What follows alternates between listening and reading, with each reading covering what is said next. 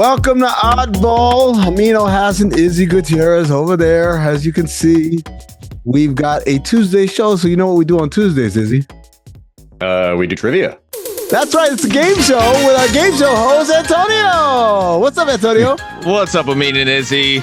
Glad to be hosting again. It's been a minute since we did this quick recap of the rules of Trivia Tuesday. It's very complicated.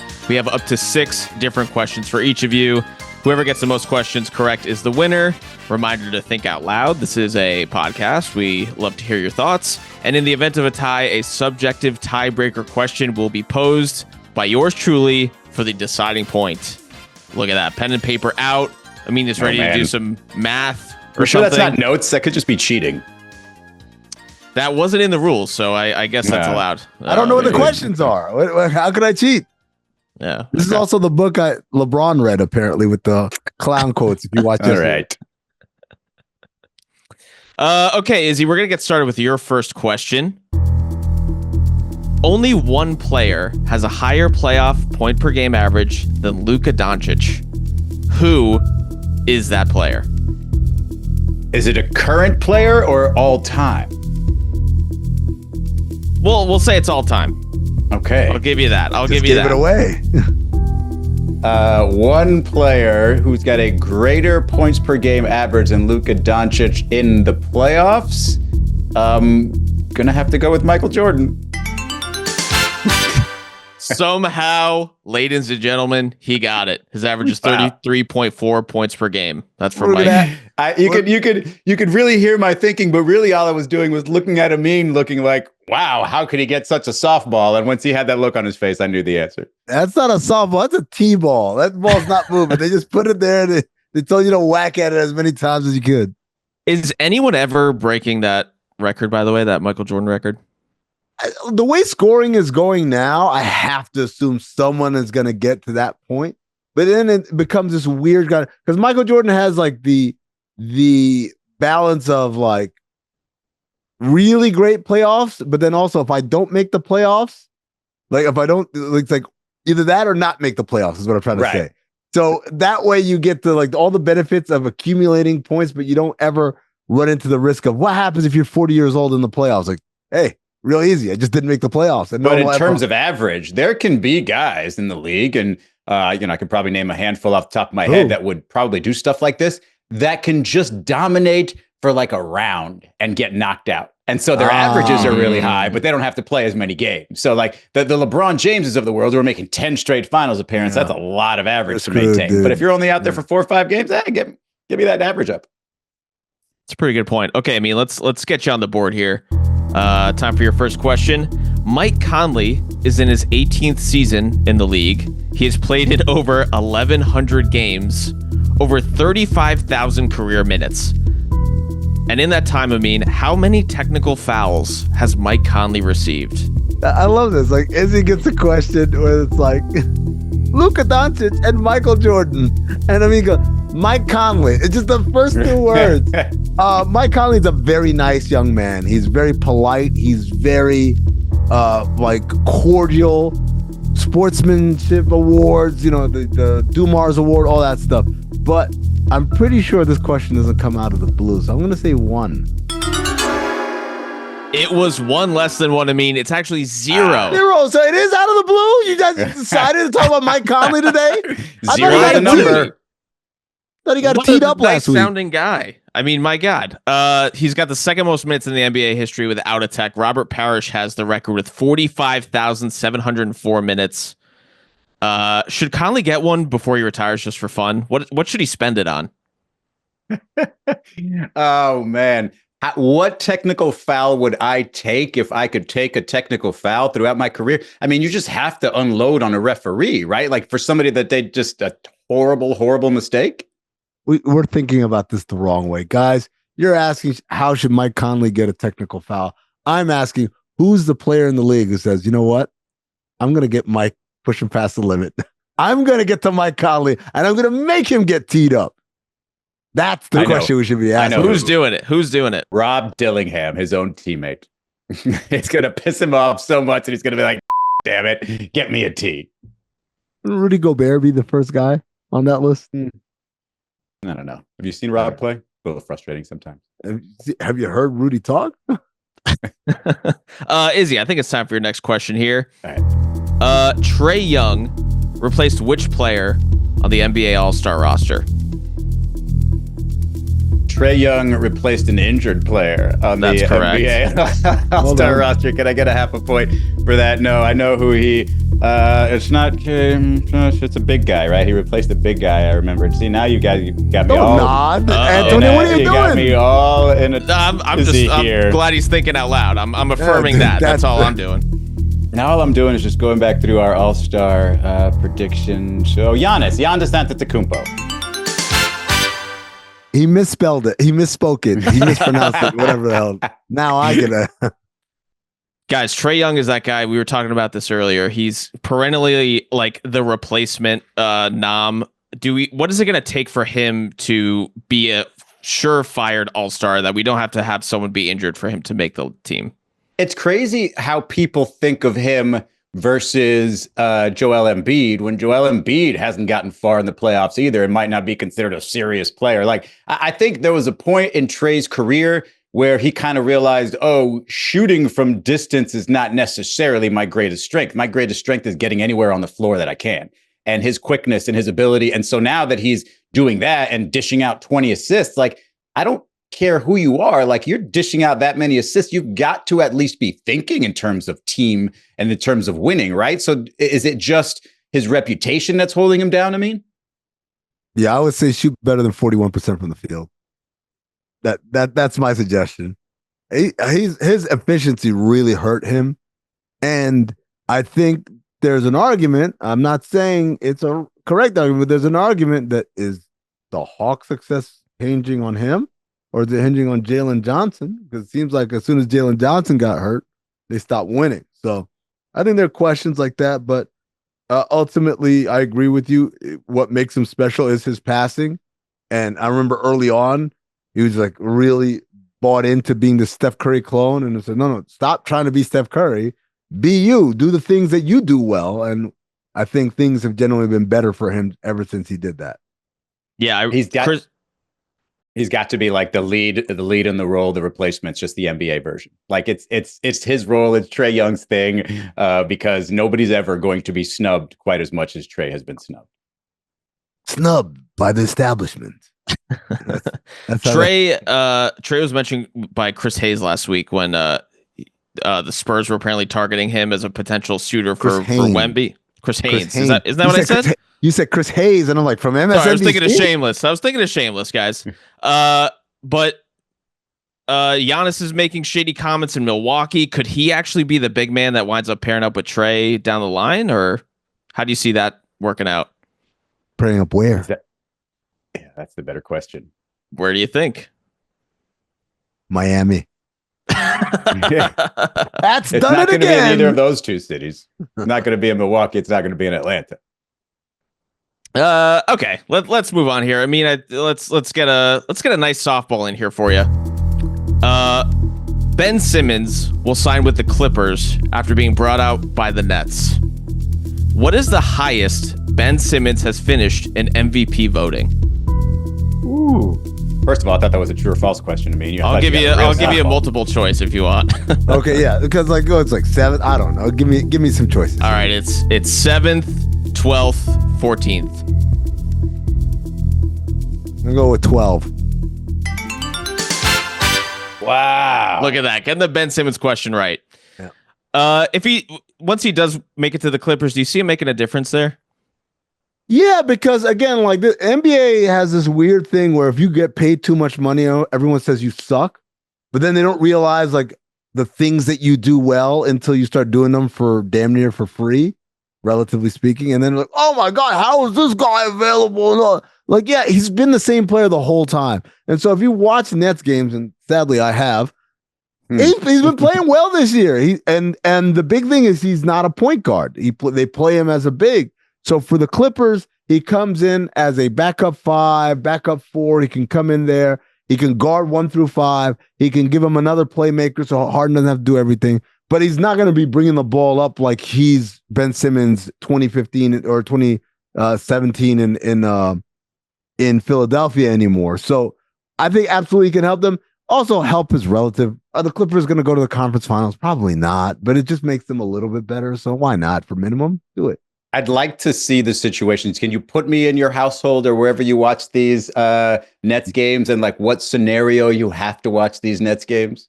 So it was earlier in the year, obviously, because I was looking at guys who were going to get traded. That was the big thing because I thought, oh, he's going to get traded. Cam Johnson's definitely out. Oh, Dorian Finney-Smith, he's definitely out of here. Oh, Ben Simmons, someone's going to get him somewhere. And so I was just watching them with that eye. Also, every once in a while, they'll play a team that I think is fun. So I like to watch that as well. I would love to see. I'm just going to watch Kawhi Leonard's reactions to everything that Ben Simmons does. Like if he's bypassing threes, it's just feel like, oh, rolling his eyes. Or if he's like taking a charge, he's going to be the one calling it for his own team. I can't wait to see that. You want to see what Kawhi Leonard's reactions are going to be? Just go watch like the Raptors championship parade. Same reactions, just catatonic. True. You have no idea what he's feeling.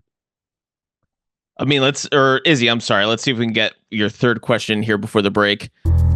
Who ranks first in field goal percentage among rookies this season? That's over 100 attempts. Over 100 attempts. Man, I don't know if... My answer that I want to throw out there is a Miami Heat rookie, but does he have 100 attempts? I'm going to go ahead and say yes. I'm going to say it's Kel'el Ware. I'm so sorry. Can I steal? Go ahead, Amin. Zach Edey. It is Zach Edey. I knew. Look. I didn't know we could still steal. Every question, Izzy. Let me give you a hint on this. Any question where it says what rookie, the answer is Zach Edey because they're just trying to like say, oh, Amin and Izzy said Zach Edey, whatever. I thought they were trying to cater to my Miami Heat, let's call it fandom, even though it's not fandom, Miami Heat history, and say the Kel'el Ware, the up-and-coming rookie, potential rookie of the year. But no, I was wrong. Just forgive us for just trying to do a little Zach Edey check-in with you both. We know where this ends. All right. Okay. Fair enough. Let's go to break. Yeah.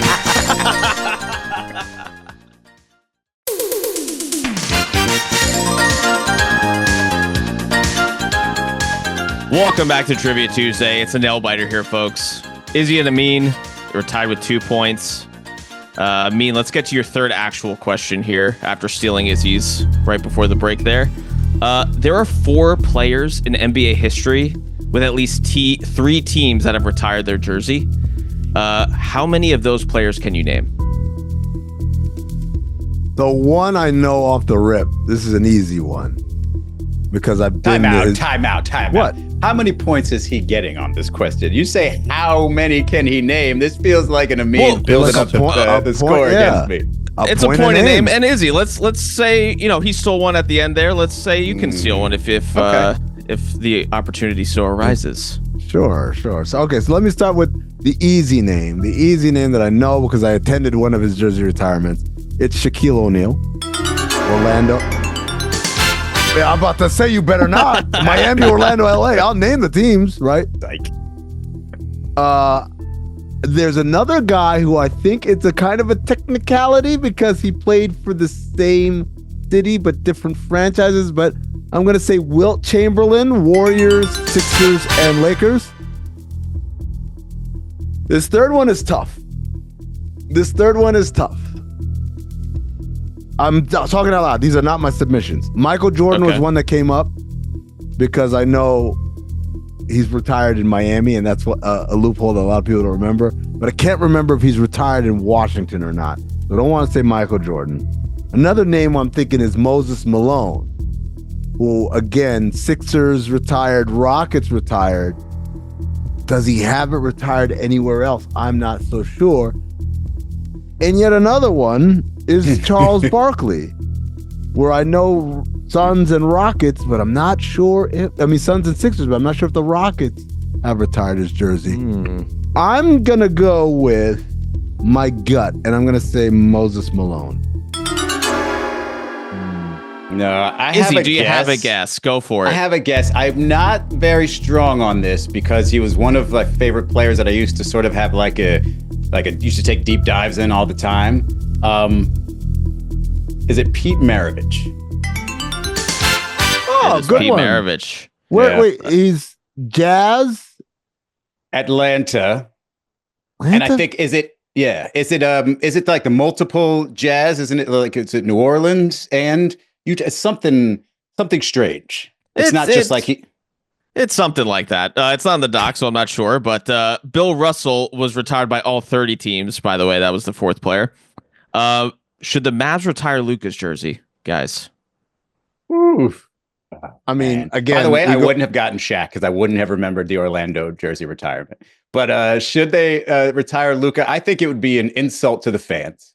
I think it would be an insult to the fans, an insult to Luka. It's like, hey, we had a time, didn't we? Let's not forget why we're divorced now. His jersey's going to get retired. It's going to be a gajillion years from now. It will get retired. He went to the finals. He went to the conference finals. He was we said 6-time All-NBA, 5-time All-NBA before the age of 25. Dude, he's going to get retired. No one's going to remember this stuff. Charles Barkley played 4 years in Phoenix and left on really bad terms, and his jersey got retired. Trust me, everyone is going to remember and love Luka forever in Dallas. He's going to get retired. I do want to point out the reason why Pete Maravich would have never popped in my head. Because I used to work for the Hawks a long, long time ago. That was my first job in the NBA.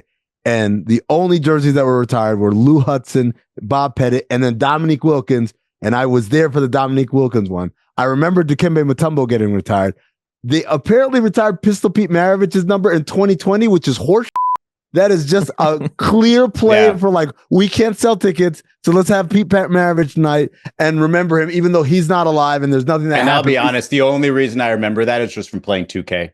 Like, oh wow, Pete Maravich is on the Atlanta roster, great, and it's just stuck in my head. I remember he played for the Atlanta roster because remember the throwback jerseys, the lime green throwback jerseys with pistol on them were really big when throwback jerseys were big. But the fact that they retired his jersey, I'm calling horse Atlanta because you only did it a strong 40 years after he played for the Hawks. Said? They said if the Miami Heat can retire Michael Jordan, damn it, we can retire Pistol Pete anytime we want to. Another ticket grab, another publicity stunt. That was one of the very few down years for Pat Riley. I remember just laughing at that whole situation. Yeah, we still whatever works. All right, Izzy, let's get to your fourth question here.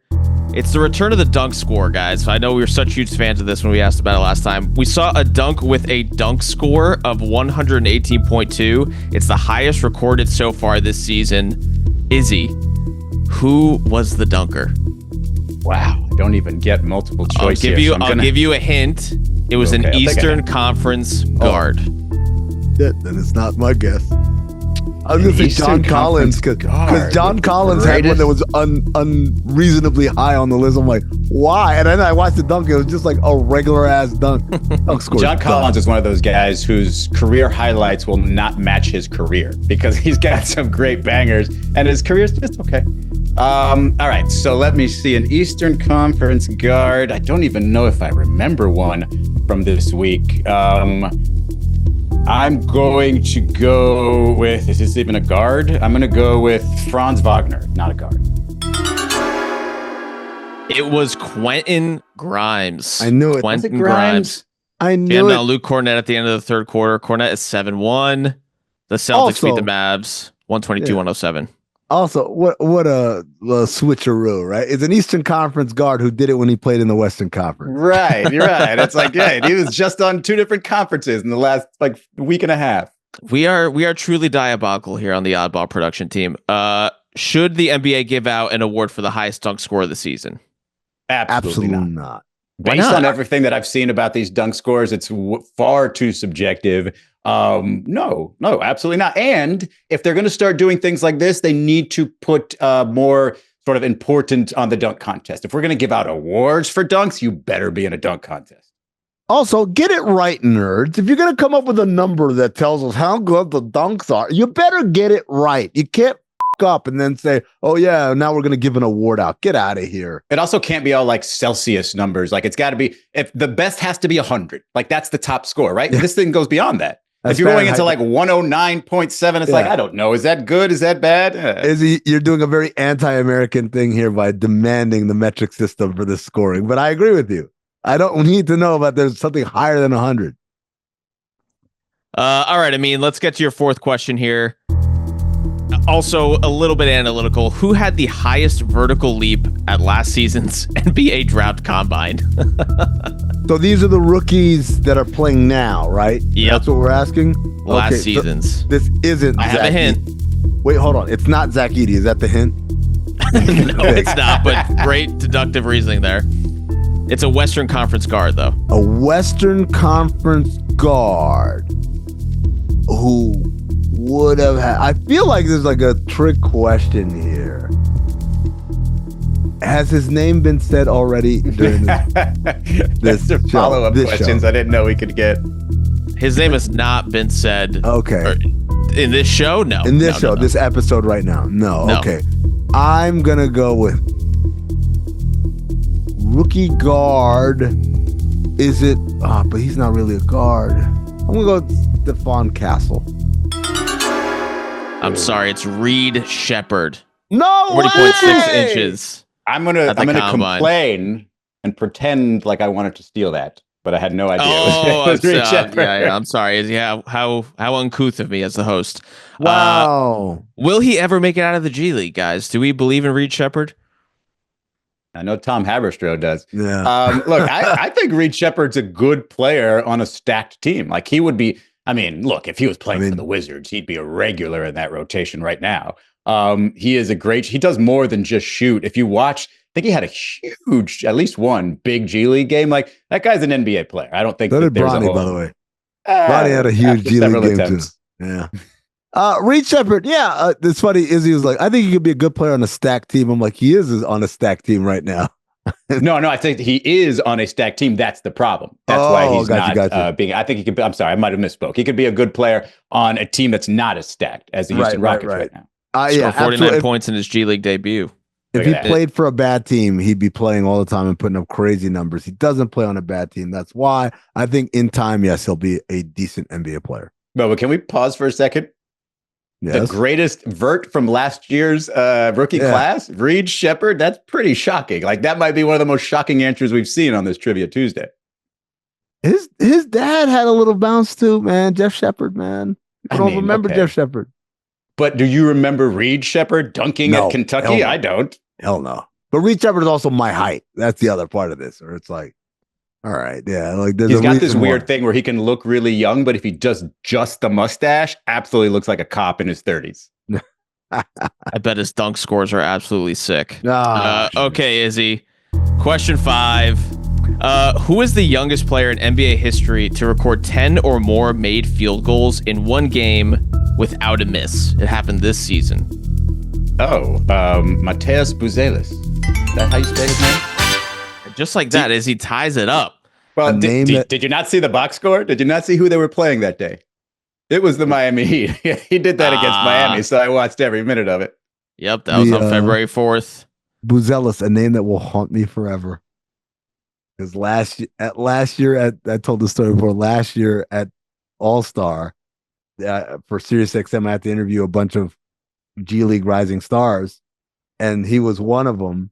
And so I asked, because the guy right before him had come from Spain, and he like gave up his professional career in Spain to come play in the G League. So I asked Buzelis, just talk to your teammate. So what was the decision process like for you to forego continuing a career professionally in Europe and playing here? And he opens his mouth for the first time, and like everything before was just a handshake, whatever. He says, well, actually, I grew up outside of Chicago.